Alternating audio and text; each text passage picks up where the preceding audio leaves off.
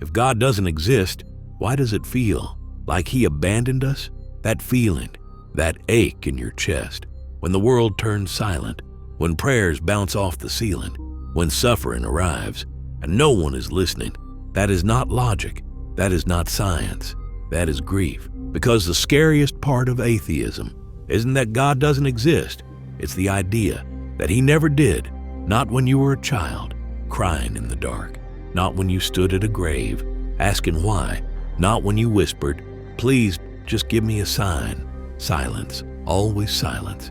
And for a long time, you told yourself that silence was still a form of presence, that God speaks in mysterious ways, that he's testing your faith, that everything happens for a reason. But one day, the silence stretches too far, the pain cuts too deep, the coincidences stop lining up, and you realize maybe there was never anyone listening. That moment doesn't come with rage.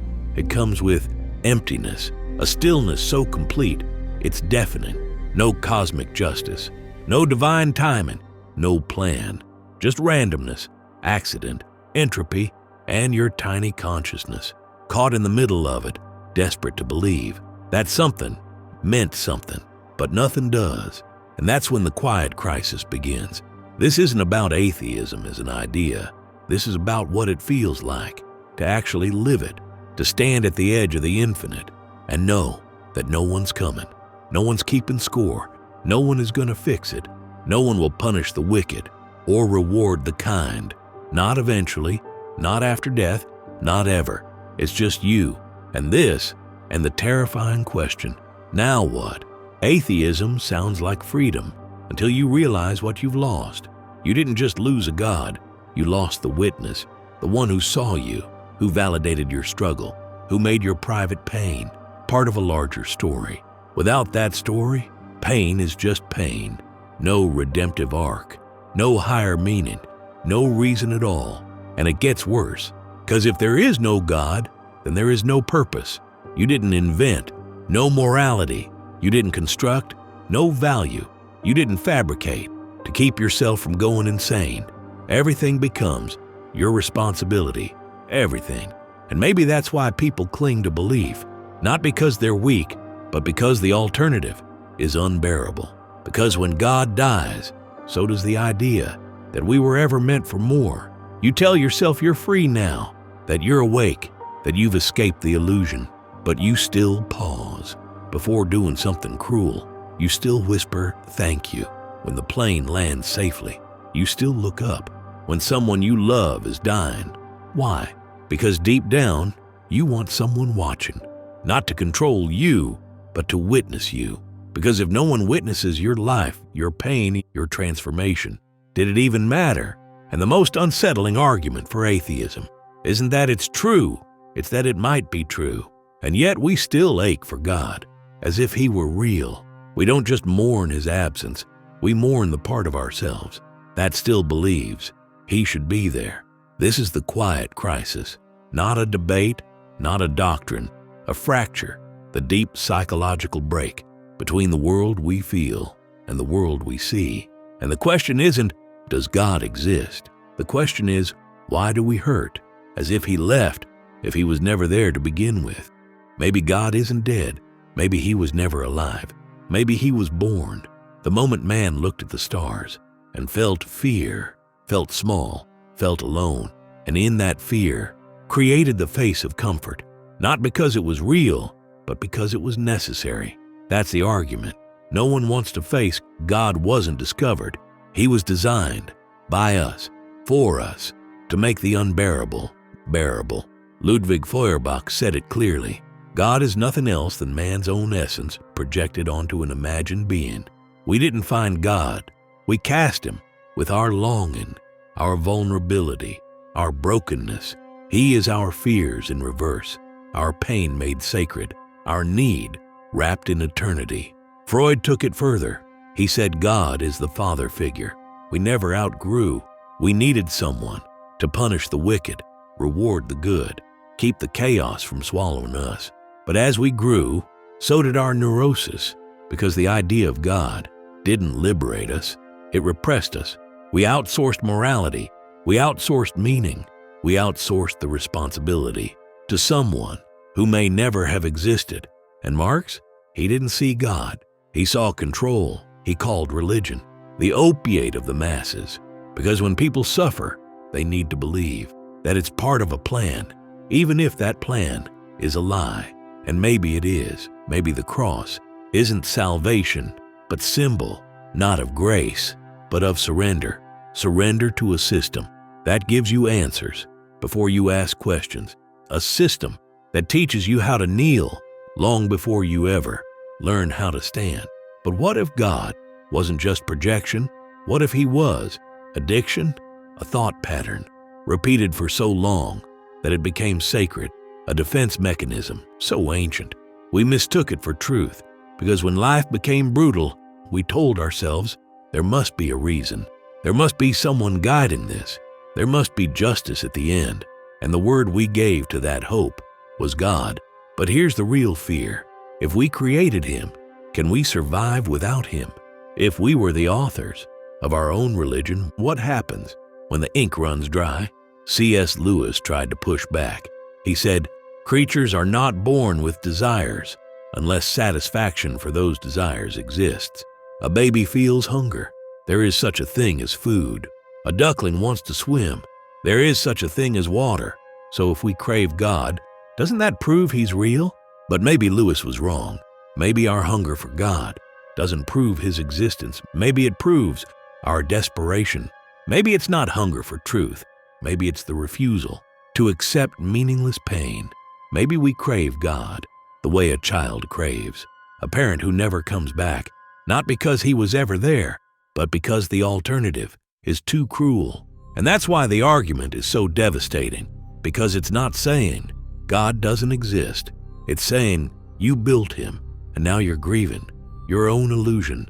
You're mourning a safety net you tied yourself and then forgot was never there.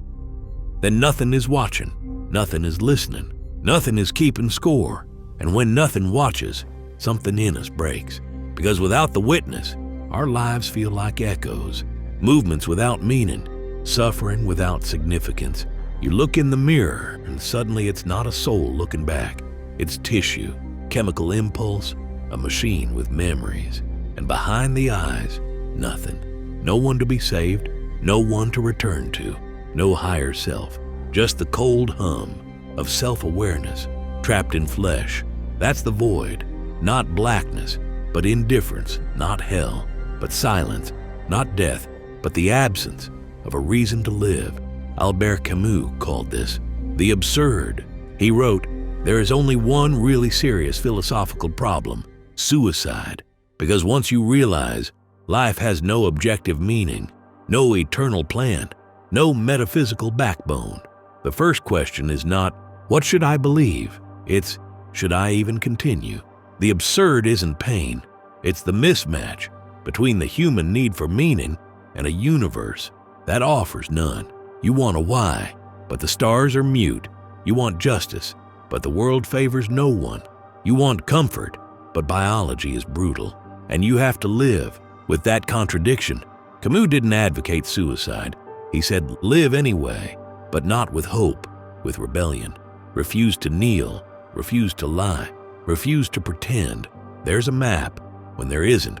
Carry your absurdity like a cross, not in search of heaven, but in defiance of it. But how many can do that? How many can look into the void and not shatter? Because when God dies, meaning doesn't just evaporate, it decays. It turns to sarcasm, to numbness, to addiction.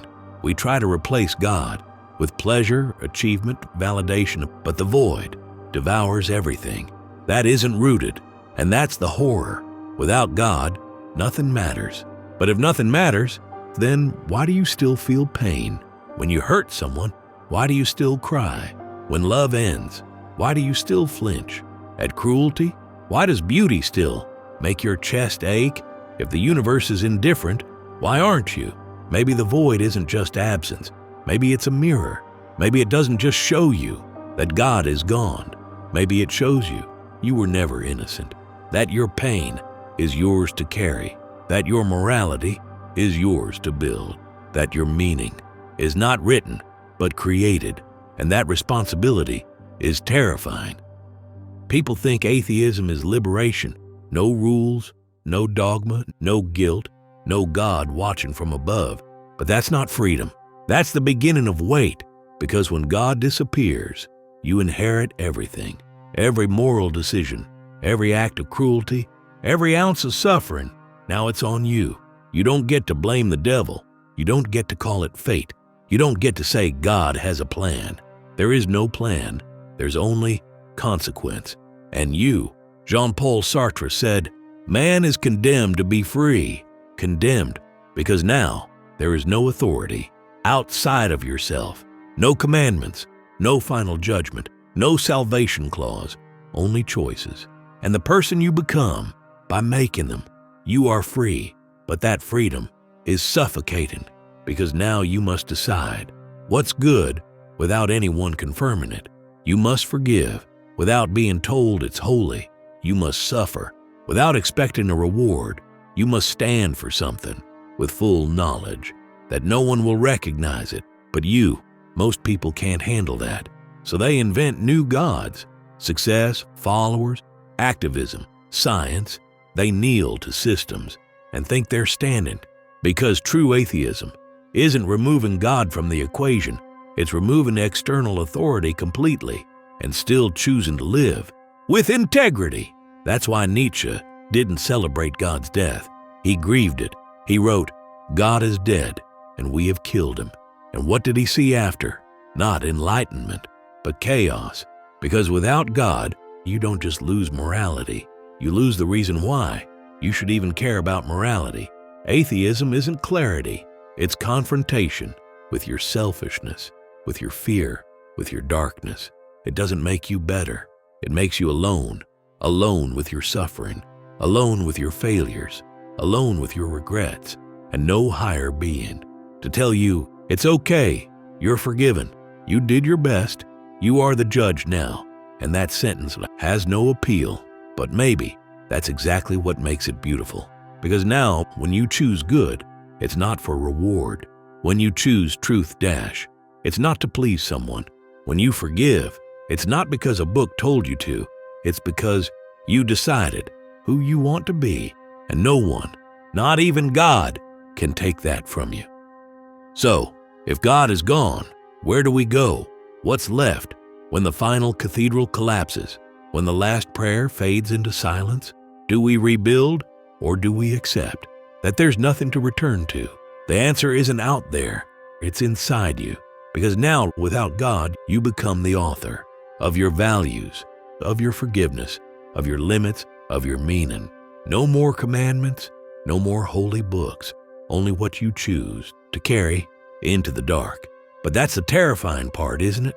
God was clarity, now you're complexity. God was judgment, now you're self-awareness. God was eternal, you're mortal, and yet you're all that's left. The burden of moral weight doesn't vanish without God. It multiplies, because now no one will praise you for doing what's right. No one will condemn you for doing what's wrong. There are no points, no penalties, just decisions that ripple through reality and come back only through their consequences. And this is where most people fail. They want to be free from God, but not from meaning. They want to escape judgment, but still feel pure. They want to live without commandments, but still claim moral ground. You can't have both. If you walk away from God, you walk straight into yourself. And what you find there, that's the new sacred space, or the new hell. You see, religion gave us more than rules. It gave us symbols, forgiveness, redemption, sacrifice, hope. If we remove the divine, do we remove those too, or do we become them? Can you be the one who forgives without heaven? Can you be the one who protects the weak with no promise of reward? Can you endure suffering with no one watching, no one counting, no one remembering? If you can, then maybe you don't need God, because you've become what you are asking Him to be. And that's not arrogance, that's responsibility. Because the new temple is built from your integrity, the new scripture is written in your actions, and the new morality is defined by what you do when no one's there to applaud you. maybe that's where we go without God. Not upward, but inward. Not into darkness, but into accountability. Not into faith, but into fierce awareness. Maybe God was never real. Maybe the stories were comfort. Maybe the prayers were self-talk. Maybe the light was something we shined on the ceiling so we wouldn't see the void above us. And maybe when we stopped looking for him, we started to see ourselves for the first time. No one's coming. There's no one to rescue you, no one to redeem you, no one to judge you but you. And in that realization, you either collapse or awaken. Because if you've lost God but kept going, if you've stared into nothing and refused to blink, if you've suffered without an audience and still chose to show mercy, then maybe you've stepped into a kind of holiness no religion could name. Not the holiness of purity, the holiness of presence, of owning your darkness, of choosing good, not because someone told you to, but because you decided you will not rot with the world. That is sacred. That is rare. That is power. So maybe the most unsettling argument for atheism isn't that it destroys God, it's that it exposes you, and what you do in that exposure determines everything. You can lie to yourself, build new illusions, numb the silence, or you can take this burden, this terrible freedom, this lonely authority, and carry it with intention, with clarity, with strength. You can become what you used to beg for. Share this video with someone who's standing at the edge, not looking for answers, but looking for the courage to keep going. Comment below. I face the void. I choose to live without illusions, because maybe there's no God, but you're still here, and that means something. The journey continues in the next video, and if no one's watching, watch yourself and walk forward anyway.